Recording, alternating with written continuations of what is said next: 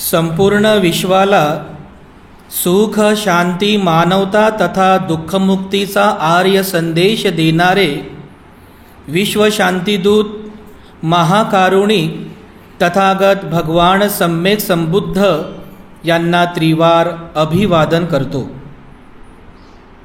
तथागतांनी समग्र मानवजातीच्या दुःखमुक्तीसाठी उपदेशिलेला महान सद्धम्म अर्थात बौद्ध धम्म तथा या सद्धम्माचा अविरतपणे प्रचार आणि प्रसार करणारा तथागतांद्वारा स्थापित सदा पूजनीय भिक्खू संघ या पूजनीय भिक्खू संघाला त्रिवार अभिवादन करतो।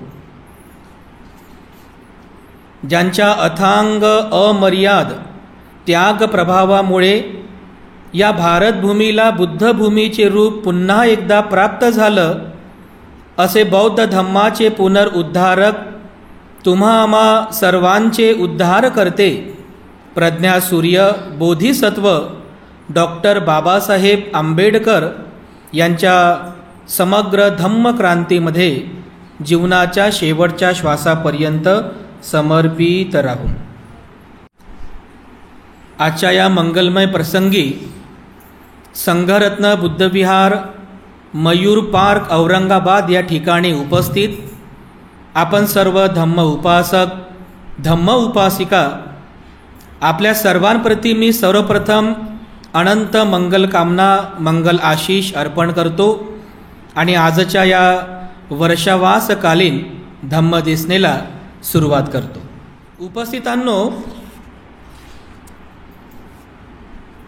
कालच्या धम्मसत्रापर्यंत 37 बोधिपाक्षीय धम्मातील सुरुवातीचे जे 4 अंग आहेत, ज्याला पालीमध्ये चत्तारो सती पठाणो असं म्हणतात, म्हणजे 4 प्रकारचे स्मृती प्रस्थान।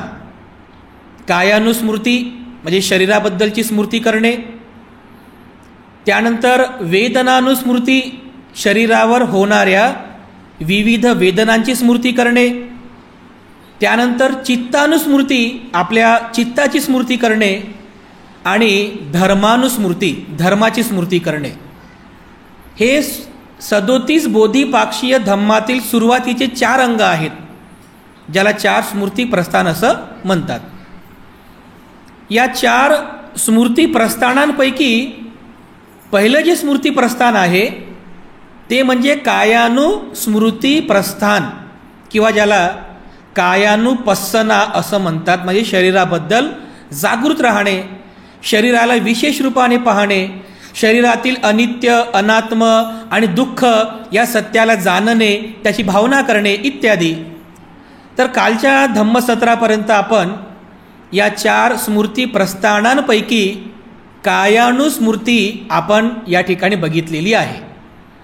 या कायानुस्मृतीच्या नंतर दुसरी जी स्मृती आहे, जिला म्हणतात वेदनानुस्मृती, या वेदनानुस्मृतीचा अभ्यास करण्याचा प्रयत्न, ही वेदनानुस्मृती किंवा वेदनानुपස්සना समजून घेण्याचा प्रयत्न आपण आजच्या धम्मदेसनेमध्ये करणार आहोत। कायानुपස්සना आपण बघितली, कायाचे धर्म जाणले, कारण कायाची 3 धर्म आहेत, 3 लक्षणं आहेत, 3 सत्य आहेत, अनित्य आहे, अनात्म आहे आणि दुःख आहे। याप्रमाणेच या शरीराच्या संदर्भातील दुसरी जी प्रस्थान आहे, दुसरी जी पස්සना आहे, ज्याला वेदनानुपස්සना असं म्हणतात। वेदना अनुपස්සना 3 शब्द आहे, 3 शब्दाचा एक शब्द बनवलेला आहे। वेदना अनुपස්සना, पස්සना म्हणजे पाहणे, त्याचा अर्थ मी तुम्हाला अगोदर पण सांगितलेला, पස්සना म्हणजे पाहणे। ह्या 2 डोळ्यांनी नाही पाहायचं, ह्या 2 डोळ्यांनी पाहायचं नाही, तर कोणत्या डोळ्यांनी? तिसरा डोळा प्रज्ञाचक्षुने बघायचं आहे, विशेष रूपाने बघायचं आहे। तर कसं बघायचं आहे? विशेष रूपाने, अनुपස්සना, विशेष रूपाने पाहायचं आहे। कशाला पाहायचं आहे?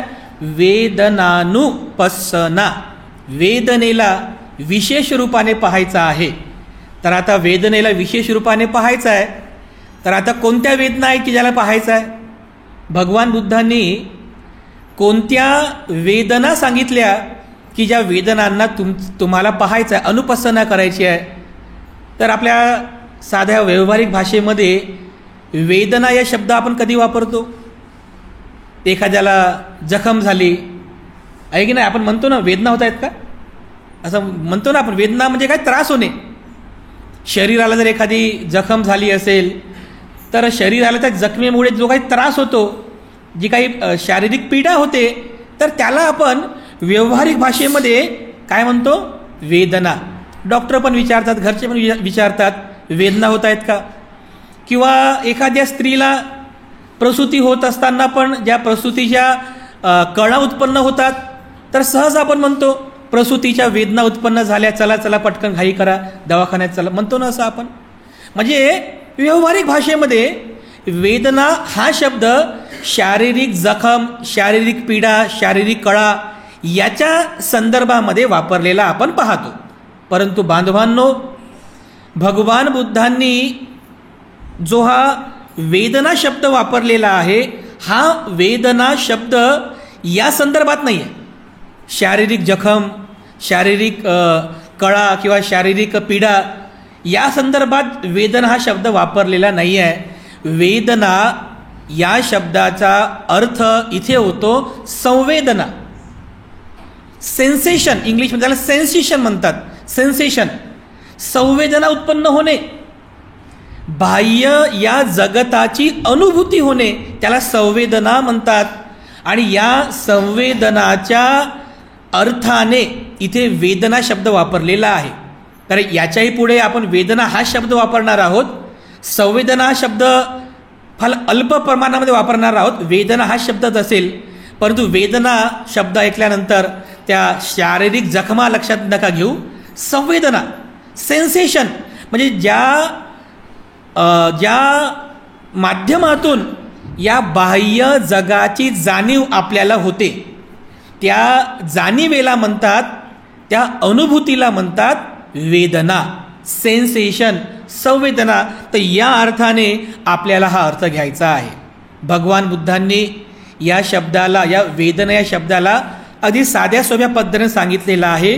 अगदी सोपी व्याख्या केलेली आहे की आपल्या या शरीरावर जेवढे काही इंद्रिय आहेत, इंद्रिय म्हणजे काय? सेन्स.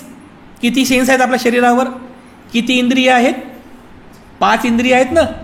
शाळेमध्ये आपल्याला शिकवलं ना 5 इंद्रिय: डोळे, कान, नाक, जीभ आणि आपली ही त्वचा. बरोबर आहे. या 5 इंद्रियांमुळे या बाह्य जगताची जाणीव आपल्याला होते. बरोबर आहे. जसं बाह्य जगतामधलं आपण हे दृश्य पाहतो, हे निसर्ग पाहतो डोळ्याला, तर डोळ्यामुळे आपल्याला या दृश्याची जाणीव झाली. बरोबर आहे. आपण कानाने शब्द ऐकतो, तर त्या शब्दांची जाणीव आपल्याला कानामुळे झाली. नाकाने आपण गंध घेतो, तर गंधामुळे या नाकामुळे आपल्याला गंधाची जाणीव झाली. या जिभेने आपण चव घेतो, रस पान करतो, रस पाहतो, म्हणजे जिभेमुळे आपल्याला त्या रसाची किंवा त्या गंधाची जाणीव झाली, अनुभूती झाली. किंवा या शरीराला, स्किनला स्किन जर स्पर्श झाला तर स्पर्शाची जाणीव झाली. म्हणजे आपल्या या शरीरावर हे जे 5 इंद्रिय आहेत, 5 सेन्स, या 5 इंद्रियांच्या माध्यमातून आपल्याला या बाह्य जगताची जी जाणीव होते त्याला म्हणतात वेदना. समजलं? साध्या सोप्या व्याख्येमध्ये इंद्रियांद्वारे, म्हणजे या आपली जी इंद्रिय आहेत, या इंद्रियांद्वारे आपल्याला बाह्य जगताची जाणीव होणे म्हणजे वेदना होय. आले लक्षात तुम्हाला व्याख्या? वेदनेची व्याख्या साधा सोपा अर्थ आहे. थोडंसं कठीण आहे, पण त्याला आपण असं सोपं करत करत व्यावहारिक उदाहरणाद्वारे आपण त्याला समजून घेण्याचा प्रयत्न करूया. तर वेदनेचा अर्थ काय होतो? संवेदना, सेन्सेशन. या अर्थाने आपण या ठिकाणी याचा अर्थ जाणणार आहोत. तर बघा, आपलं जे शरीर आहे, हे शरीर काम कसं करते बघा, या 5 इंद्रियांद्वारे. शाळेमध्ये तर आपण 5च इंद्रिय शिकलो आहे की नाही. तुम्ही एखाद्या विज्ञानाच्या मास्तरला पण विचारा की आपल्या शरीरावरची इंद्रिय किती आहेत, तर काय सांगेल तुम्हाला? 5च इंद्रियात म्हणेल ना. ते शिकलो आपण. परंतु भगवान बुद्धांनी 6 इंद्रिय सांगितलेली आहेत. त्याला सड आयतन असं म्हणतात. म्हणजे 6 प्रकारचे आयतन. आयतन म्हणजे इंद्रिय, ज्याच्यामुळे जाणीव होते. तर हे 6 आयतन जे आहेत, हे 6 आयतन कोणते कोणते आहेत? तर भगवान बुद्धांनी हे 6 आयतन सांगितलेले आहे. जसं आपल्या व्यावहारिक भाषेमध्ये आपण आयतन म्हणतो, डोळे, कान, नाक, जीभ आणि त्वचा. बरोबर आहे, हे आपल्या व्यावहारिक भाषेचे शब्द आहेत. पण तात्विक भाषेतले शब्द थोडेसे वेगळे असतात. म्हणजे बुद्ध तत्वज्ञानाचे जे शब्द आहे हे थोडेसे वेगळे आहेत, पण समजण्यासारखे आहे. तर भगवान बुद्धांनी 5 आयतन सांगितले नाही, 6 आयतन सांगितलेले आहेत, ज्याच्यामुळे आपल्याला वेदना होतात, संवेदना निर्माण होतात. तर 5 आयतन तर आपल्याला माहीतच आहेत, शिकलेले आहोत. पण या 5 आयतनांचा राजा पण आहे. या 5 आयतनांचा, या 5 इंद्रियांचा एक राजा आहे, इंद्रराज. आणि त्याला म्हणतात मन, की जो या 5ही इंद्रियांवरती कंट्रोल करतो, जो या 5ही इंद्रियांच्या संवेदना, अनुभूती जाणतो, तो या 5 इंद्रियांचा राजा आहे, मन. तर या 5 इंद्रिय, पंचेंद्रिय आणि ह्या 6वं इंद्रिय कोणतं आहे? मन. अशा या 6 इंद्रियांना बुद्ध तत्वज्ञानामध्ये म्हणतात सड आयतन. सड म्हणजे 6, आयतन म्हणजे इंद्रिय. सड आयतन. तर हे सड आयतन बुद्ध तत्वज्ञानातले जे शब्द आहेत ना, ते थोडेसे वेगळे आहेत. तर ते शब्दसुद्धा जाणून घेऊ, कोणते कोणते शब्द आहेत. जसं आपण डोळा म्हणतो, बुद्ध तत्वज्ञानामध्ये याला चक्षु म्हणतात. चक्षु किंवा चक्षु, डोळ्याला चक्षु म्हणतात. त्यानंतर कान, कानाला म्हणतात श्रोत. हे बुद्ध तत्वज्ञानातले शब्द आहे, पण लगेच समजा आपल्याला. कानाला म्हणतात बुद्ध तत्वज्ञानामध्ये श्रोत. हे नाक आहे, नाकाला तात्विक भाषेमध्ये म्हणतात घ्राण. घ्राण हा शब्द वापरलेला आहे. त्यानंतर जीभ, रस करतो आपण, रसपान करतो. जिभेला तात्विक भाषेमध्ये म्हटलेला आहे जिव्हा. काय म्हणतात? जिव्हा. आणि त्वचा, त्वचा जी आहे त्या त्वचाला, म्हणजे आपल्या या वरच्या या शरीराला म्हणतात काया. आणि त्याच्यानंतर 6वं जे इंद्रिय आहे ते म्हणजे आपलं मन. त्याला चित्त, म्हणजे तात्विक भाषेमध्ये, अभिधम्माच्या भाषेमध्ये त्याला चित्त असं म्हटलं. मन आणि चित्त एकच आहे, पण अभिधम्माच्या भाषेमध्ये चित्त असा शब्दप्रयोग आपल्याला पाहायला मिळतो. तर हे 6 प्रकारचे इंद्रिय की ज्यांच्यामुळे सकाळी झोपेतून उठल्यापासून तर रात्री झोपेपर्यंत कंटिन्युअसली या बाह्य जगताच्या वेदना आपल्याला होत राहतात. कंटिन्युअसली होत राहतात, नॉनस्टॉप. इव्हन झोपेत सुद्धा वेदना होतात. आपल्याला स्वप्न पडतात की नाही? स्वप्न, त्या सुद्धा एक प्रकारच्या वेदनाच आहेत ना. जर वेदना झाल्याच नसत्या तर तुम्हाला स्वप्न पडलं असतं का? आहे की नाही? स्वप्न पडणं म्हणजे काय? ती सुद्धा एक प्रकारची वेदना आहे. पण याचा अर्थ 24 तास कंटिन्युअसली तुमच्या या इंद्रियांच्या माध्यमातून तुम्हाला बाह्य जगताच्या वेदना होत राहतात. तर जसं चक्षु म्हणजे डोळे, या डोळ्यामुळे तुम्हाला कशाची वेदना होते? दृश्याची. हे बाह्य जग पाहतो ना आपण, असे आहे की नाही? हे बाह्य जग पाहतो आपण. तर हे बाह्य जग कशामुळे पाहतो आपण? या चक्षुमुळे, आपल्या डोळ्यामुळे. जर समजा आपल्याला डोळेच नसते तर या बाह्य जगताची जाणीव झाली असती का? जाणीव नाही झाली असती ना. आपल्याला समजलंच नसतं की काळा काय ना गोरा काय. अंधे की खीर टेढ़ी म्हणतात. एक अशी म्हण आहे, अंधे की खीर टेढ़ी. 2 मित्र होते. ते एक मित्र जो होता तो जन्मापासूनच अंधळा होता बिचारा. त्याला काय काळं माहीत नाही ना गोरा माहीत नाही, कशाला म्हणतात, रंग म्हणजे जन्मापासूनच अंधळा. तर बिचारा मग मित्रासोबत मोठे झाल्यानंतर तर त्याचा जो दुसरा मित्र होता त्याला कोणीतरी गावामध्ये खीर दिली. तर त्याने खीर खाल्ली. तर खीर एवढी गोड होती की त्याने सगळी खीर संपवली. तो अंधळ्या मित्राकडे आला आणि अंधळ्या मित्राला म्हणे, अरे भावा म्हणे, काय सांगू तुला, गावात म्हणे मला खीर मिळाली म्हणे, खीर. आणि खीर एवढी चांगली होती म्हणे की तुला काय सांगू. आता मला सांगा, हा आंधळा यानं कधी खीर पाहिली नाही. हे म्हणे खीर कशी असते. अरे खीर नसते का म्हणे, पांढरी पांढरी. हे पांढरं काय असते म्हणे. आता बिचार हा जन्मापासून आंधळा, हे पांढरं पांढरं काय असते म्हणे. अरे पांढरा नाही का, काळ्याच्या विरुद्ध पांढरा. आता हे काळं काय आहे म्हणे. विचार, जन्मापासूनच आंधळा.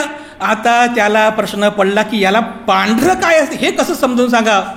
तर मग त्याने काय केलं, तो बाहेर गेला आणि बाहेर जाऊन बदक होतं, पांढऱ्या रंगाचं बदक. ते बदक उचललं आणि घेऊन आलं. हे बघ म्हणे, असं असते म्हणे पांढरं, अशी असते म्हणे खीर. तर त्याने आंधळ्याने त्या बदकाच्या मानेवर असा हात फिरवला. असं करता करता असं, अरे हे तर वाकडं आहे म्हणे. अच्छा बोले, अच्छा मतलब की तेरी खीर टेढ़ी थी बोले. तेव्हापासून म्हण पडली, अंधे की खीर टेढ़ी. किती कठीण आहे बघा. डोळेच नाही आहे तर या बाह्य जगताची जाणीव कशी होईल आपल्याला. म्हणून डोळे महत्वाचे. डोळ्यामुळे आपल्याला रूपाची जाणीव होते. त्यानंतर आपलं नाकामुळे आपल्याला गंधाची जाणीव होते. तर नाकच नसता तर आपण श्वास कसा घेतला असता. नाक नसतं तर आपल्याला आपण गंध कुठून घेतला असता. आपल्याला जाणीव कशी झाली असती की हा चांगला गंध आहे, हा वाईट गंध आहे. जाणीव कशी झाली असती आपल्याला. ह्या वेदना कशा उत्पन्न झाल्या असत्या. तर यासाठी आपले जे सेन्स आहे, नाकसुद्धा तेवढंच महत्त्वाचं आहे. त्यानंतर कानामुळे आपण शब्द ऐकतो, बरोबर आहे. जर कानच नसते तर समोरच्या माणसाने बोललेला चांगला शब्द आपण कसे ऐकला असता. एखाद्याने शिव्या दिली तर आपण कसं ऐकलं असतं. शिव्या दिल्या, काय दिलं, काहीच नाही. एक वेळा त्यांनी बरं झालं असतं, आहे की नाही. जर एखादं आपल्या घरामध्ये असते ना म्हातारा माणूस, 80-90 वर्ष झालं, हे त्याचा कानपूर सगळं गेलं कामातून. बिचारा पडून राहते असं. त्याला घरातले कोणी काही बोलो त्याला काही फरक पडत नाही. काही फरक पडते का. बिचारा पडून राहते असं. घरातले लोक त्याला जे शिव्या देतात तरी त्याला काही फरक पडत नाही. एकटा जीव सदा सुखी राहतो. ऐकायला देत नाही, काय करणार बिचारा, सुखी राहते. कोणी शिव्या दिल्या तरी काही फरक पडत नाही, कोणी चांगलं बोललं तरी काही फरक पडत नाही. कारण काय, हे कानपूर कामातून गेले ना. पण कानपूर जर चांगलं असलं ना, म्हणजे ऐकायला तर लई, याचं लई वेगळंच कार्यक्रम होते नाही तर नंतर. त्याच्यामुळं कानामुळे आपल्या शब्दाची जाणीव होते, कानाचा सेन्स आहे. त्यानंतर जिव्हा, आपली जीभ, ह्या जिभेमुळे आपण रसपान करतो. जिभेला रसाची वेदना होते. तिखट आहे, गोड आहे, मसालेदार आहे की नाही. ह्या जिभेमुळे आपण रसपान करतो, म्हणजे रसाची जाणीव होते, आपल्याला चवीची जाणीव होते. त्यानंतर आपली काया, या कायेला दुसरी काया स्पर्श झाली तर कायेला स्पर्शाची जाणीव होते. त्याला फोटब्बा असं हा शब्द वापरलेला. फोटब्बा म्हणजे स्पर्श, बुद्ध तत्वज्ञानाचा शब्द आहे फोटब्बा.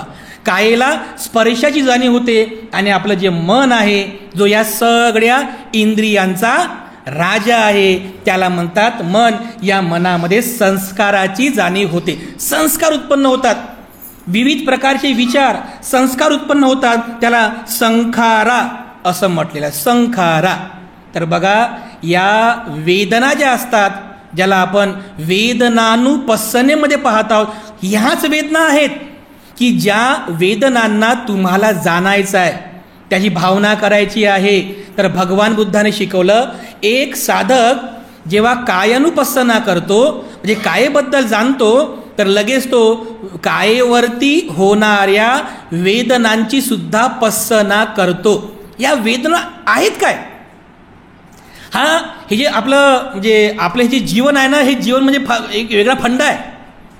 आपलं जे शरीर आहे, हे शरीर सर्व वेदनांचा खेळ आहे. आपलं शरीर फक्त वेदनांचाच खेळ आहे, दुसरं काहीच नाही आहे. कंटिन्युअसली 24 तास वेदना सुरूच असतात. वेदना मरेपर्यंत संपत नाहीत. बघा, ह्या वेदनांचा खूप मोठं विज्ञान आहे, खूप मोठं तत्वज्ञान आहे, जे बुद्धाने विषद केलेलं आहे. तर भगवान बुद्धाने सांगितलं की ह्या ज्या वेदना आहेत, या वेदना ज्या आहेत, याच वेदना तुम्हाला तुमच्या जीवनामध्ये एकतर सुखाकडे किंवा दुःखाकडे घेऊन जात असतात. ह्या वेदना, जसं बघा आपलं रूप आहे, म्हणजे ह्या वेदना कशा काम करतात. आपलं हे शरीर आहे, तर ह्या शरीरावर सुद्धा वेदना होतात. पण या ज्या वेदना आहेत, या वेदना 3 प्रकारच्या असतात. किती प्रकारच्या? 3 प्रकारच्या असतात. तर भगवान बुद्धाने सांगितलं या ज्या वेदना आहेत या वेदना 3 प्रकारच्या आहेत.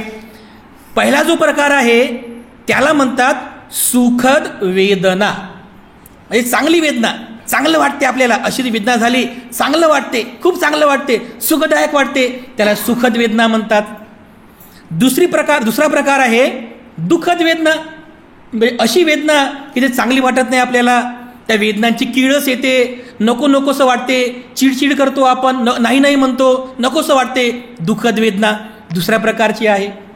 तिसरी जी वेदना आहे अशी वेदना आहे की ज्या वेदनेमध्ये माणसाला सुखही समजत नाही आणि दुःखही समजत नाही, त्याला म्हटलेलं आहे असुखद अदुःखद वेदना. अशा 3 प्रकारच्या वेदना कंटिन्युअसली या इंद्रियांद्वारे आपल्याला होत असतात.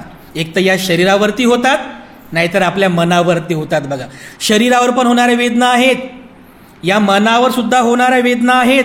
तर जसं बघा आता आपलं जे शरीर आहे या शरीरावरती वेदना कशा होतात? शरीरावरच्या वेदना आहेत. जसं भगवान बुद्धांनी एक उदाहरण दिलं, शरीरावरच्या वेदना कशा होतात की जसं आता गरमी आहे, खूप गरमी आहे, भयंकर गरमी आहे, तुम्हाला खूप तहान लागलेली आहे, तुमचं हे जे शरीर आहे ना या शरीरावरतीच्या गरमीच्या वेदना उत्पन्न झालेल्या आहेत. तर तुम्हाला कसं वाटते? किती गरमी आहे, किती गरमी आहे, हे शरीर असं लाही लाही करते त्या गरमीमुळे. शारीरिक वेदना होतात की नाही? होतात का शारीरिक वेदना? पण जर समजा त्या गरमीमध्ये जर तुम्हाला कोणी थंडगार पाणी दिलं तर काय होईल? थंड पाणी पिल्याबरोबर तुम्हाला सुखद वेदना उत्पन्न होतील, बरोबर आहे की नाही? सुखद वेदना उत्पन्न होईल. म्हणजे एकतर शरीरावर उत्पन्न होणाऱ्या वेदना एकतर सुखद वेदना असतात किंवा मग दुःखद वेदना असतात. याच्यासारखंच मनावर सुद्धा एकतर सुखद वेदना उत्पन्न होतात किंवा दुःखद वेदना उत्पन्न होतात. जसं तुमच्या शरीरावर गरमी उत्पन्न झाली तर गरमीमुळे तुम्हाला शारीरिक दुःखद वेदना उत्पन्न झाल्या, तर शरीरामध्ये पीडा उत्पन्न झाली गरमीमुळे. तसंच अगदी तुमच्या मनामध्ये उत्पन्न होते काय? तुमच्या मनामध्ये दुःख उत्पन्न होते, त्या गरमीमुळे होते ना. गरमी वाढली की मन कसं करते तुमचं? चलबिचल होते मन तुमचं, गरमीमुळे होते की नाही? मन अशांत होते, तुमचं मन शोक उत्पन्न करते, तुमचं मन उद्विग्न होते, तुमच्यात मानसिक वेदना उत्पन्न होतात त्या गरमीमुळे. म्हणजे बघा कशा प्रकारे शरीराच्या वेदना आणि मनाच्या वेदना काम करतात. या उलट जर तुम्ही थंड पाणी पिलं तर शरीरामध्ये सुखद वेदना उत्पन्न झाल्या, बरोबर आहे, आणि लगेच तुमचं मन पण काय म्हणते, मनामध्ये पण लगेच संस्कार उत्पन्न होतात. काय?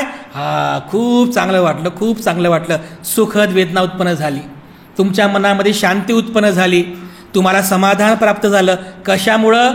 या वेदनेमुळं. मी तुम्हाला अगोदर पण बोललो की हे शरीर आहे, हे शरीर सगळं वेदनांचं घर आहे, वेदनांचा खेळ आहे. बघा, म्हणून आपल्याला खूप चांगल्या प्रकारे समजलं पाहिजे. समजा एखादा व्यक्ती उपाशी आहे, बिचारा 2, 3, 4 आठवडा झाला बिचारा उपाशी आहे, पोटामध्ये अन्नाचा एक कण सुद्धा नाही आहे, तर त्याचं शरीर किती किती जीर्ण होते, त्याचं शरीर, शारीरिक पीडा उत्पन्न होतात की नाही? त्याचं शरीर अत्यंत दुःखदायी होऊन जाते, शरीरामध्ये दुःखद वेदना उत्पन्न होतात. पण अशा प्रसंगामध्ये जेव्हा त्याचं शरीर हे अत्यंत वेदनादायी आहे तेव्हा तर त्याचं मन कसं असेल? त्याचं मन सुद्धा तसंच होईल ना, दुःखद वेदना उत्पन्न होईल की नाही? शरीर जर वेदनेमध्ये असेल तर मन सुद्धा अशांत राहील तुमचं, बरोबर आहे? मन सुद्धा असमाधानी राहील, तुमचं मन सुद्धा उद्विग्न होईल, चिडचिड होईल तुमच्या मनामध्ये, तुमचं मन अशांत होईल. आणि जर तुम्ही उपाशी पोटी आहात आणि जर तुम्हाला कोणी चांगलं सुग्रास जेवण दिलं, तुम्ही जेवण केलं, खूप छान वाटलं तुम्हाला, शरीर तंदुरुस्त झालं, तर काय होते मग? या शरीरामध्ये सुखद वेदना उत्पन्न होतात. शारीरिक सुखद वेदना उत्पन्न झाली की मनामध्ये सुद्धा काय होते? शांती उत्पन्न होते ना. जर तुमचं शरीर सुद्धा शांत झालं, मन सुद्धा शांत होते, त्या वेदना उत्पन्न होतात, मन सुद्धा शांत होते, मन सुद्धा समाधानी होते. म्हणजे हा वेदना ज्या आहेत या वेदनाच आहेत ज्या आपल्याला आपल्या जीवनामध्ये संस्कार उत्पन्न करतात. आणि म्हणून भगवान बुद्धांनी या शरीरावर आणि या मनावर उत्पन्न होणाऱ्या वेदनांना खूप गांभीर्याने पाहण्याचा सल्ला दिलेला आहे, खूप गंभीरपूर्वक, सावधानतेनं. कारण ज्या ज्या वेदना उत्पन्न होतात त्या वेदनासुद्धा ह्या टिकून राहत नाहीत बघा. जशी सुखद वेदना उत्पन्न झाली तुमच्या मनामध्ये, चांगली वेदना, तर त्या वेदना चांगल्या टिकून राहतात का हो? टिकून राहत नाही. आता जर तुम्ही सुखी आहात तर ते सुख टिकून राहत नाही. कालांतराने काही वेळाने ते सुख संपते, लगेच काहीतरी दुःखद वेदना उत्पन्न होतात. दुःखद वेदना उत्पन्न झाली की तुम्ही रडता, रणकंदन करता, पश्चाताप करता, बरोबर आहे, नाराज होता, खिन्न होता. म्हणजे या वेदना ज्या उत्पन्न होतात, मग सुखद असो की दुःखद असो, या वेदना सुद्धा नित्य नाही आहेत. या वेदना सुद्धा टिकून राहत नाही, म्हणजे या वेदना अनित्य आहेत. बरोबर आहे. उत्पन्न होतात, नष्ट होतात, उत्पन्न होतात, नष्ट होतात, उत्पन्न होतात, नष्ट होतात. अरे या वेदना सुद्धा अनित्य आहेत. सुखद वेदना असली तरी ती सुद्धा अनित्य आहे. दुःखद वेदना असली ती सुद्धा अनित्य आहे.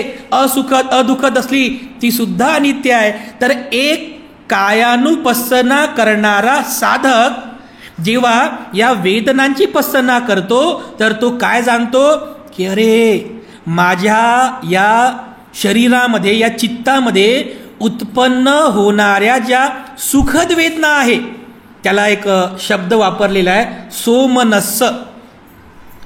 पाली शब्द, बुद्ध तत्वज्ञानातला शब्द आहे. सुखद वेदनेला म्हणतात सोमनस्स.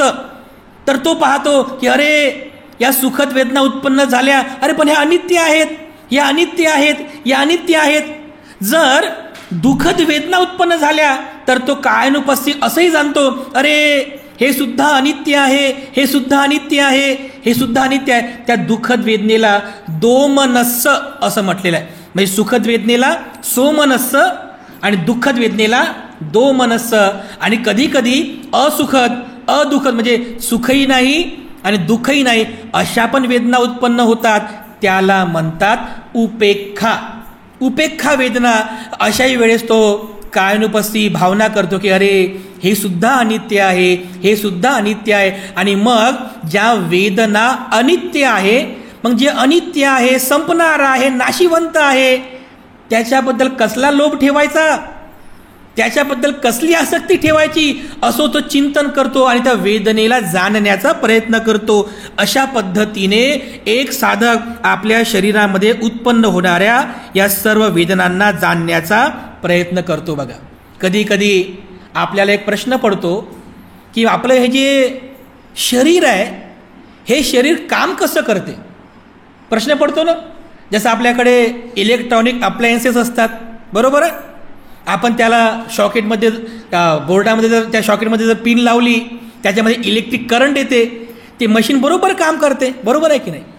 आपलं हे शरीर कसं काम करते, म्हणजे आपले जे शरीर आहे, हे शरीर क्रियान्वित कसं होते, कशा प्रकारे क्रिया प्रतिक्रिया करते, हे सुद्धा भगवान बुद्धाने सांगितलेलं आहे. याच्यामध्ये पण वेदनेचा खूप मोठा रोल आहे. वेदनेमुळेच हे शरीर सगळं क्रिया करते, प्रतिक्रिया करते. कसं करते, तर भगवान बुद्धांनी याचं चिंतन केलं, तत्वज्ञान सांगितलं. आपलं हे जे शरीर आहे, या शरीराला म्हणतात रूप. काय म्हणतात, रूप. आणि रूप कशापासून बनलेलं आहे, मी मागे पण तुम्हाला सांगितलं, कशापासून, 4 घटकांपासून बनलेलं आहे. आपलं जे हे रूप आहे 4 घटकांनी बनलेलं आहे. पृथ्वी, आप, तेज आणि वायू. या 4 घटकांनी आपलं हे शरीर बनलेलं आहे, ज्याला रूप म्हटलेलं आहे. आणि या रूपावर, म्हणजे या शरीरावर हे जे इंद्रिय आहेत, ह्या इंद्रियांच्या माध्यमातून आपल्याला बाह्य जगताची जाणीव होते. तर ज्या जाणीव जी आहे, त्या रूपावर होणाऱ्या ज्या वेदना आहेत, वेदना, त्या वेदनेमुळे आपल्याला जाणीव होते. बघा, आणि मग एकदा का वेदना झाली की तुमच्या चित्तामध्ये ती संज्ञा उत्पन्न होते. तुम्ही त्याला ओळखता. ओळखणे, त्याला संज्ञा असं म्हटलेलं आहे. म्हणजे रूप आलं, शरीर आलं, शरीरावरती काय आल्या, वेदना आल्या. नंतर त्या वेदनेला जाणण्याचं आपण काम करतो. जसं एक उदाहरणाद्वारे तुम्हाला मी समजावून सांगतो. जसं एक उदाहरण आहे, तुम्ही रस्त्याने आता चालत आहात. रस्त्याने चालता चालता कोणीतरी तुम्हाला मागून आवाज दिला. तुम्ही मागे वळून पाहिलं आणि तुम्हाला त्याने शिव्या दिल्या. तर जसं त्याने शिव्या दिल्या, तर ते शब्द बरोबर तुमच्या कानावरती येतात. या कानावर स्पर्श करतात, त्याच्यातून वेदना उत्पन्न होतात. तर शिव्याचे शब्द असतील, कोणती वेदना उत्पन्न होईल? सुखद अरे दुःखद वेदना उत्पन्न होईल ना. कोणाला चांगलं वाटते का? जर शिवे दिला कोणी, तर तुम्हाला कोणी वाईट बोलत चांगलं थोडी वाटेल आपल्याला. दुःखद वेदना उत्पन्न झाली. मग दुःखद वेदना उत्पन्न झाली, इथं वेदना उत्पन्न झाल्या कोणत्या?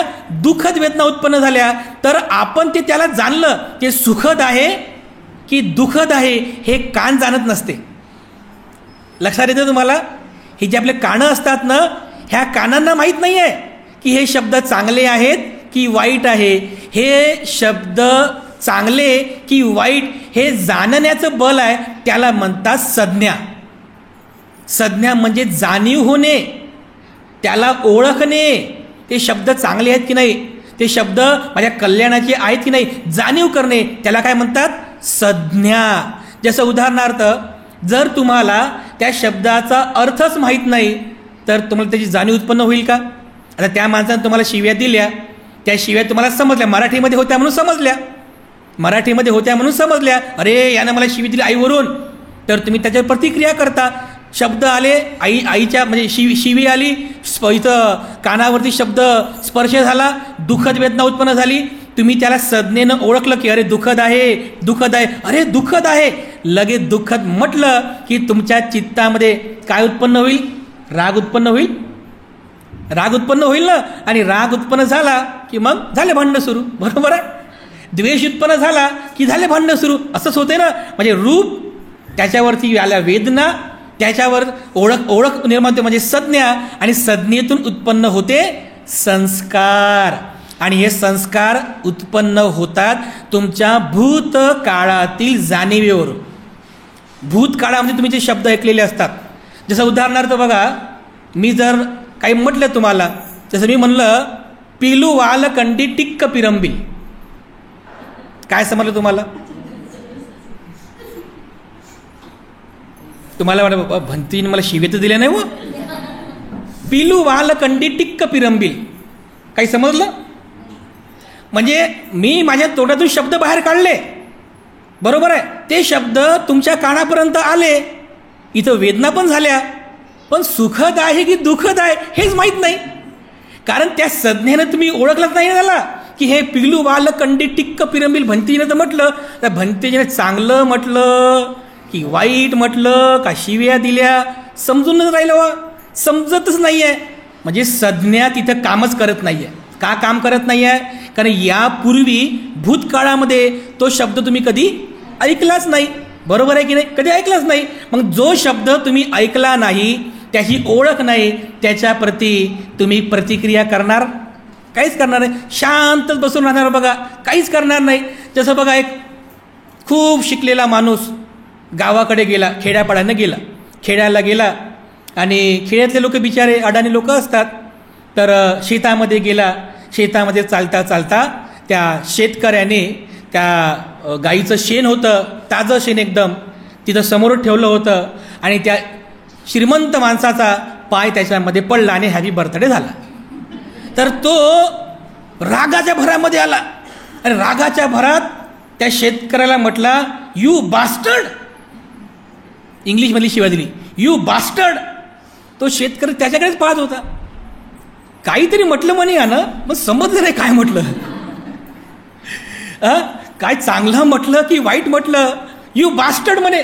मग दुसरा जो होता त्याचा नातू, जो शिकलेला होता, ओ आजोबा म्हणे, त्यानं म्हणे तुम्हाला चांगलं नाही म्हटलं म्हणे, त्यानं तुम्हाला इंग्लिशमध्ये शिव्या दिली म्हणे. अरे हो का म्हणे, बास्टर्ड म्हणजे शिवी असते का म्हणे? थांब म्हणे, दाखवतो आता.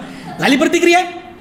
म्हणजे जोपर्यंत संज्ञा उत्पन्न झाली नाही तोपर्यंत संस्कार पण उत्पन्न झाले नाही. पण संज्ञा उत्पन्न झाली म्हणजे तुम्ही तो शब्द ओळखला की बरोबर संस्कार उत्पन्न होतात. जसं मी तुम्हाला म्हटलं पिलू वाल कंडी टिक्क पिरंबिल, तुम्हाला काहीच समजलं नाही तर मी सांगून बघतो काय आहे. पिलू वाल कंडी टिक्क पिरंबिल उषा, PT उषा नावाची एक धावपटू होती, तिचं नाव आहे ते PT उषा. तुम्हाला माहीतच नाही, त्याच्यामुळे तुमच्या संज्ञा उत्पन्न झालीच नाही, आणि संज्ञाच उत्पन्न झाली नाही तर संस्कार पण उत्पन्न होणारच नाही. तुम्ही उपेक्षा भावनेमध्ये राहाल, ना सुखद ना दुःखद, एकदम राहाल असत. काय बोलले म्हणते जे काय समजलंच नाही. म्हणजे लक्षात येते तुमच्या की हे शरीर काम कसं करते बघा. म्हणजे रूप आहे, या रूपावर हे पंच इंद्रिय आहेत, या पंच इंद्रियांवर कंटिन्युअसली त्यांच्या विषयांचा स्पर्श होत राहतो, कंटिन्युअसली स्पर्श होत राहतो बघा. मग आता कानाला शब्दांचा स्पर्श झाला म्हणजे वेदना झाली, वेदनेतून काय उत्पन्न झालं, संज्ञा, म्हणजे त्याची तुम्ही ओळख निर्माण केली, ओळख पटली की दुःखद वेदना आहे, तर दुःखद वेदनेतून काय उत्पन्न होईल, राग, द्वेष आणि मोह उत्पन्न होते. राग, द्वेष आणि मोह उत्पन्न होते. आणि जसे हे संस्कार उत्पन्न झाले की बरोबर त्या संस्कारासोबतच त्या संस्काराचं मन, तुमच्यात चित्त ते उत्पन्न होते. त्यालाच म्हणतात विज्ञान. विज्ञान म्हणजे ते आपल्या शाळेत शिकतो ते नाही बरं. विज्ञान म्हणजे संस्काराचं मन, संस्काररूपी मन, की ज्या संस्काराने जे चित्त अवस्था उत्पन्न झाली. समजा राग उत्पन्न झाला तर रागीट चित्त उत्पन्न झालं, म्हणजे रागीट विज्ञान उत्पन्न केलं तुम्ही, विज्ञान म्हणजे चित्त. द्वेषाचा संस्कार उत्पन्न झाला तर द्वेषयुक्त चित्त उत्पन्न केलं, म्हणजे द्वेषयुक्त विज्ञान उत्पन्न केलं. समजा मोह उत्पन्न झाला तर मोहयुक्त संस्कार उत्पन्न केले तर मोहाचं चित्त उत्पन्न झालं, म्हणजे मोहयुक्त विज्ञान उत्पन्न झालं. तर बघा अशा पद्धतीनं आपलं हे जे शरीर आहे हे शरीर काम करत असते बघा.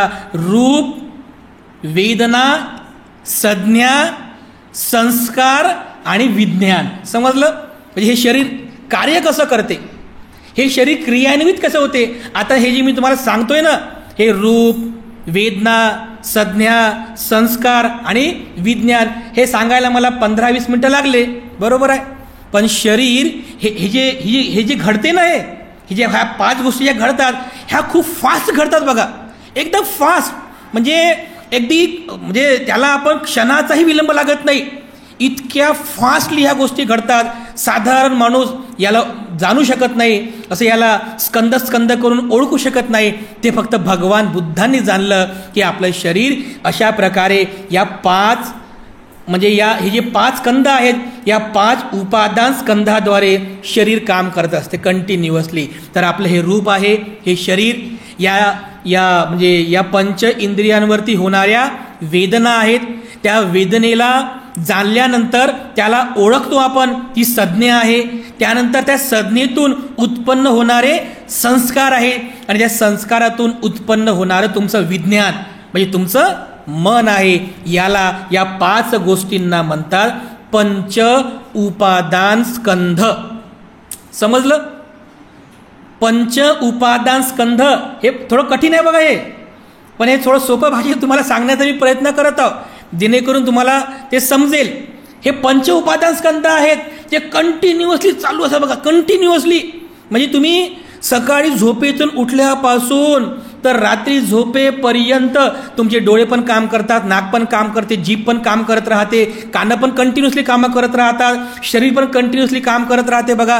कंटिन्युअसली हे रूप काम करत असते. जर समजा हे जे रूप आहे या रूपावर होणाऱ्या ज्या वेदना आहेत त्या वेदना झाल्याच नाही तर कसं होईल बरं? समजा वेदना झाल्याच नाही तर मग त्याच्यातून संज्ञा पण उत्पन्न होणार नाही, संस्कार पण उत्पन्न होणार नाही. म्हणजे वेदनाच झाली नाही तर संज्ञा उत्पन्न होणार नाही, संज्ञा झाली नाही तर संस्कार उत्पन्न होणार नाही, आणि संस्कार झाले नाही तर ते संस्काराचं विज्ञान म्हणजे चित्त उत्पन्न होणार नाही, म्हणजे आपलं दुःख होणार नाही. बरोबर आहे? असं कधी होईल का? पण अरे माणूस जिवंत आहे ना, तर माणूस जिवंत आहे तर हे कंटिन्युअसली घडणारच आहे ना. मग याच्यासाठी माणसाला मरावंच लागेल. नको बाबा, हे वेदना नको, हे संज्ञा नको, संस्कार नको, विज्ञान नको. मग काय करावं लागेल? माणसाला मरावं लागेल. कारण मेलेला जो माणूस असतो त्या मेलेल्या माणसाला कान, डोळे, हे सगळे इंद्रिय असतात, पण त्याच्यामध्ये वेदना होतात का? होतात वेदना होतात? नाही होत वेदना, कारण तो माणूस मेला, त्याला वेदनेची जाणीव होत नाही आहे. आपण जिवंत आहोत आणि जोपर्यंत आपण जिवंत आहोत तोपर्यंत या 5ही इंद्रियांद्वारे म्हणजे या उपादानांद्वारे, या स्कंधांद्वारे आपल्याला कंटिन्युअसली जाणीव होत राहील.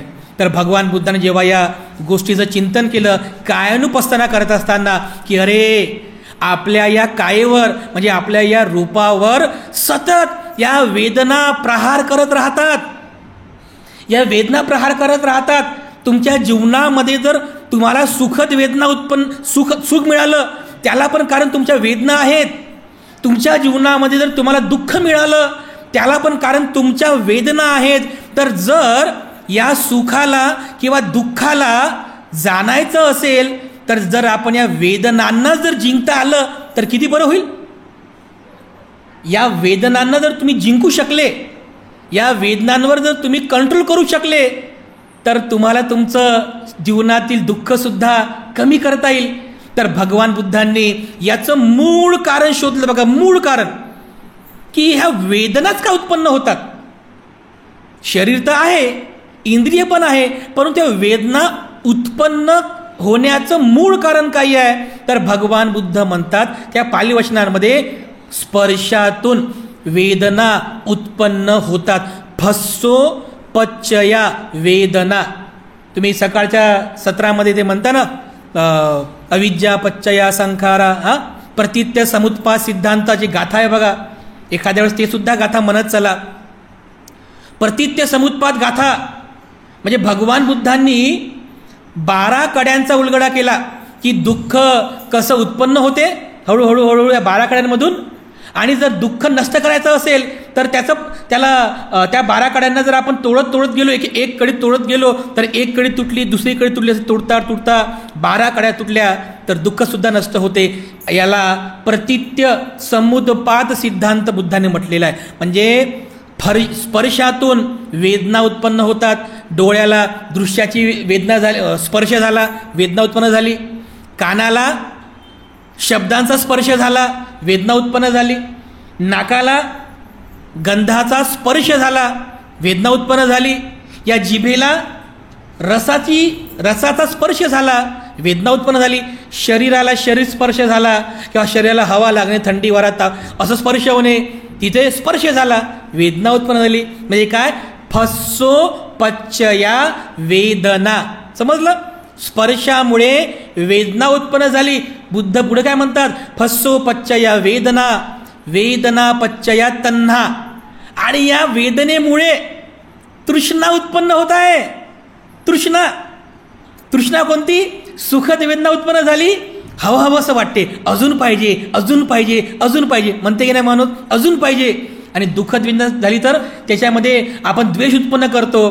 तिथे सुद्धा ती सुद्धा एक प्रकारची तृष्णाच आहे. म्हणजे तुम्ही सुख करा की त्याचा द्वेष करा, सोमनस्स करा की दोमनस्स करा, दोन्हीही गोष्टीतून तुम्हाला फक्त दुःखच मिळणार आहे. तर याच्यामध्ये तृष्णा उत्पन्न केली.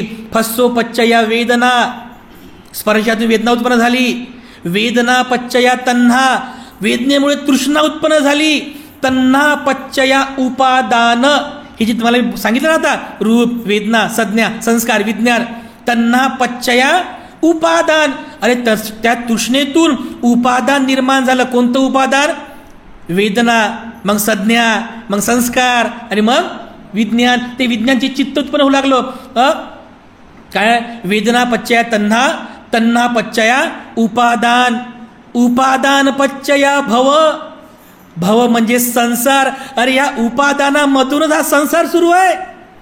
या संसारात, हा जो संसार आहे आपला, हा संसार, अरे या संसारामधून ह्या उपादानामधूनच हा भव तयार झालेला आहे. आणि भव पच्चया मग काय, भव एकदा हा भव बनला, त्या तृष्णेचा भव तयार झाला, त्या तृष्णेमुळे संसार तयार झाला. तर भव पच्चया जाती, जन्मासित माणूस, जाती, जरा, मरण, शोक, परिदेव, दुःख, दोमनस्सु म्हणजे दुःख, दोमनस्सु पायासा संभवंती एवमेतस्य केवलस्य दुःख खंदस्य होती ती.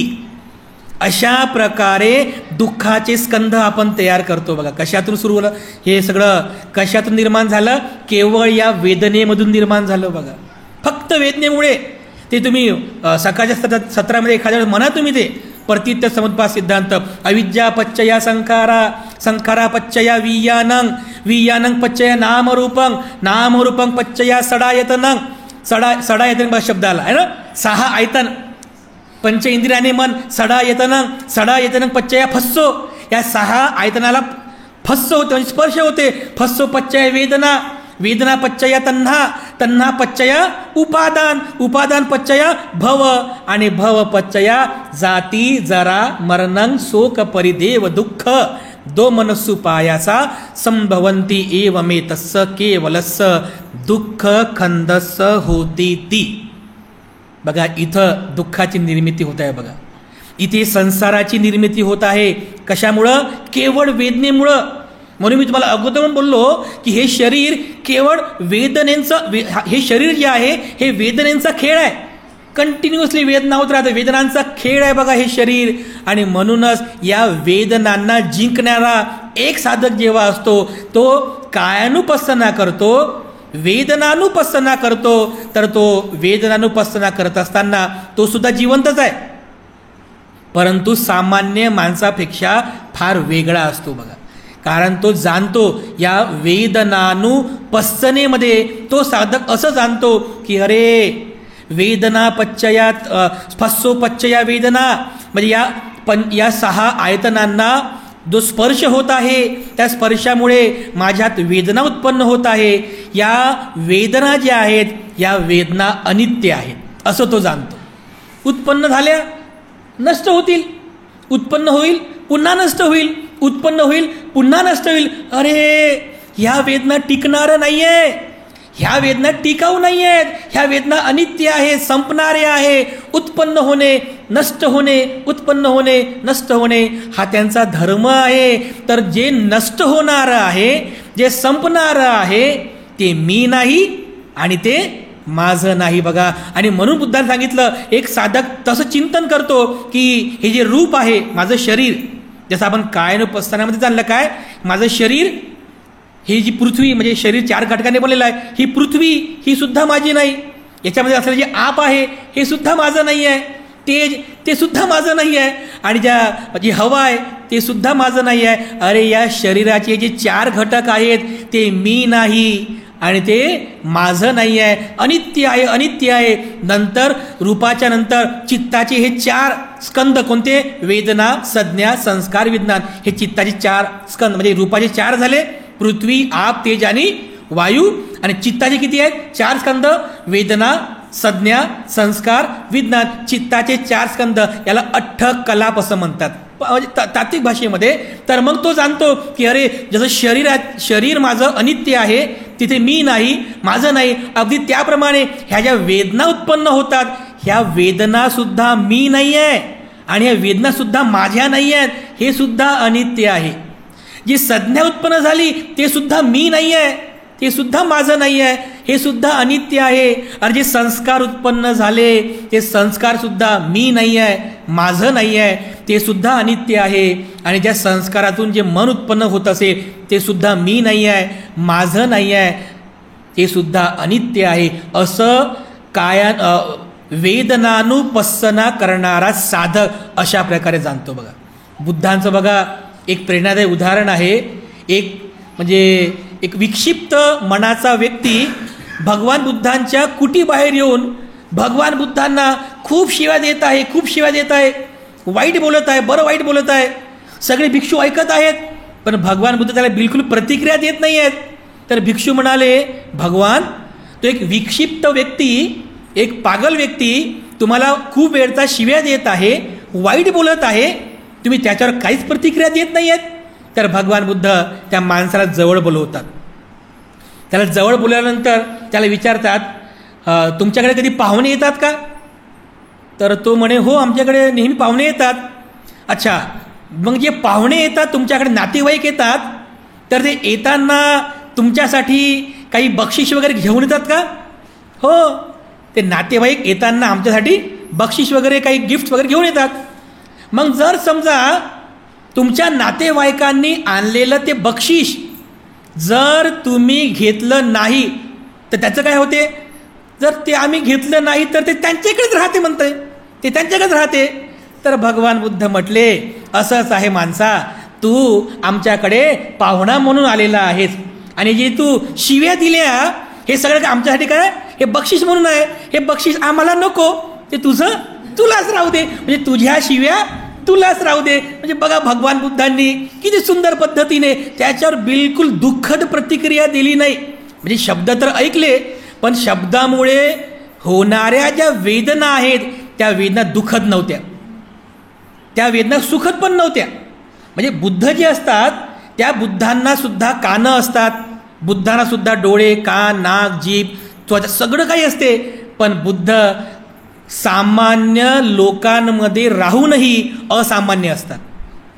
दिसतात सामान्य लोकांसारखेच पण असामान्य असतात. त्यात त्यांचं व्यक्तिमत्व असामान्य असते. डोळ्यानं जर चांगलं दृश्य पाहिलं तर कधी त्याच्याबद्दल लोभ उत्पन्न करणार नाही, आसक्ती उत्पन्न करणार नाही. किंवा डोळ्याने वाईट दृश्य पाहिलं कधी द्वेष उत्पन्न करणार नाही. कानाने चांगला शब्द ऐकला म्हणून त्याच्याप्रती आसक्ती उत्पन्न करायची कधीच नाही. बुद्ध कधी आसक्ती उत्पन्न करणार नाही, लोभ उत्पन्न करणार नाही. किंवा जर शिव्या दिल्या, शिव्याचे शब्द आले तरी सुद्धा त्याच्याप्रती बिलकुल कोणत्याच प्रकारची प्रतिक्रिया करणार नाही, दोमनस्थ संस्कार उत्पन्न करणार नाही. हे बुद्ध आहेत, हे तर बुद्ध आहेत बघा. तर आपणही जर बुद्धाचा मार्ग अनुसरण केला तर बघा तुम्हाला तुमच्या व्यावहारिक जीवनामध्ये सुद्धा याचा खूप फायदा आहे, खूप फायदा आहे. फक्त त्या वेदनांना जाणण्याचा प्रयत्न करा. सुखद वेदनेला जाणा, दुःखद वेदनेला जाणा, अदुःखद वेदनेला जाणा. आणि अशा पद्धतीने जर तुम्ही या सर्व म्हणजे काय या वेदनानुपस्थनेमध्ये या वेदनांना चांगल्या प्रकारे जाणून त्याची भावना केली, त्याचं चिंतन केलं, त्याचं मनन केलं तर त्या वेदनेमुळे तुम्हाला दुःख होणार नाही. बघा काहीच दुःख होणार नाही आहे. म्हणून तुमची मनस्थिती फार मोठी पाहिजे. आमचे एक मोठे भंतेजी होते, आहेत जिवंतच आहेत. तर गावात धम्म प्रचाराकरिता आम्ही गाडी घेऊन गेलो. गाडीतून आम्ही खाली उतरलो तर काही काही टुकार मुलं असतात, छोटी छोटी मुलं. आम्हाला बघितलं तर आम्हाला म्हटले टकले महाराज. असं मग छोटा मुलगा टकले महाराज. मला राग आला, मला खूप राग आला. आता कारण मी तेव्हा मला माहीत नव्हतं ना हे असे संस्कार पडतात बा, हे वेदना होतात. माझ्यामध्ये दुःखद वेदना उत्पन्न झाल्या त्या शब्दामुळे. टकले महाराज, माझ्या दुःखद वेदना उत्पन्न झाल्या, मला राग उत्पन्न झाला. पण आमचे जे मोठे भंतेजी होते, मोठ्या भंतेजींच्या मनात दुःखद वेदना उत्पन्न झाल्या नाही, पण सुखद वेदना पण उत्पन्न झाल्या. सुखद वेदना तर होणारच नाही, पण दुःखद वेदना पण उत्पन्न झाल्या नाही. ते उपेक्षा भावनेमध्ये होते, ना सुखद ना दुःखद. ते म्हटले की असू ते, लहान मुलगा आहे, अज्ञानी आहे बिचारा, आणि आपण टकले आहोत ना, आपण मुंडन केलेलंच आहे. तर मुंडन ते सत्य बोलला, तो का खोटं थोडी बोलला, तो सत्य बोलला. तर त्याच्याबद्दल कसला राग करायचा? त्याच्याबद्दल दया करा, त्याच्याबद्दल करुणा करा. बिचारा अज्ञानी आहे, बिचारा हा अज्ञानी आहे, याला जीवनाचं सत्य माहीत नाही आहे असं म्हणून त्याच्यावरती करुणा करा, त्याच्याबद्दल मंगलमैत्री करा. मी म्हटलं बा एवढी मोठी मानसिकता आलीच कशी काय भंतीजीची? ते तुला आता समजणार नाही म्हणे, जेव्हा तू या धम्माचा अभ्यास करशील, ध्यान करशील, आणि जेव्हा तू कायानुपස්සना करशील, वेदनानुपස්සना करशील, तेव्हा तुला हे समजेल म्हणे की जीवन कसं जगायचं. कारण जीवनामध्ये म्हणजे जीवन सुखदायक जगायचं असेल तर वेदनानुपස්සना फार आवश्यक आहे. नाहीतर कंटिन्युअसली जर दुःखदच वेदना मिळाल्या, तुम्हाला दुःखदच वेदना मिळाल्या कंटिन्युअसली 24 तास, तर सगळं जीवनच तुमचं दुःखच होईल ना, दुःखच होईल की नाही. म्हणून या दुःखातून जर बाहेर निघायचं असेल तर या कायानुपස්සना आणि वेदनानुपස්සनेच्या अंतर्गत या सर्व वेदनांना अनित्य आहे असं जाणून, हे मी नाही, हे माझं नाही असं जाणून, आणि हे संपणारं आहे, हे दुःख देणारं आहे, आणि जे दुःख देणारं आहे ते आपण सोडलं पाहिजे. त्याच्याबद्दल आपण बिलकुल विचार करू नये. अशा प्रकारे जर आपण भावना केली, चिंतन केलं तर नक्कीच याचा खूप चांगला लाभ आपल्या सर्वांना होतो. तर अशा पद्धतीने भगवान बुद्धाने सांगितलेल्या या 4 पස්සनांपैकी जी वेदनानुपස්සना आहे, त्या वेदनानुपස්සनेचा अभ्यास आपण सर्वांनी करावा, आणि नक्की ध्यान साधनेमधून प्रॅक्टिकली याचा आपण खूप चांगला अभ्यास करू शकतो. तर अशा पद्धतीने आजच्या प्रवचनामधून आपण वेदनानुपස්සना जाणण्याचा प्रयत्न केला. तर आजच्या या निमित्ताने मी पुनश्च एकदा आपल्या सर्वांप्रती अनंत मंगलकामना अर्पण करतो, आणि तथागतांच्या आशीर्वाद गाथेने आजची धम्मदेसना आणि धम्मसंस्कार समाप्त करतो.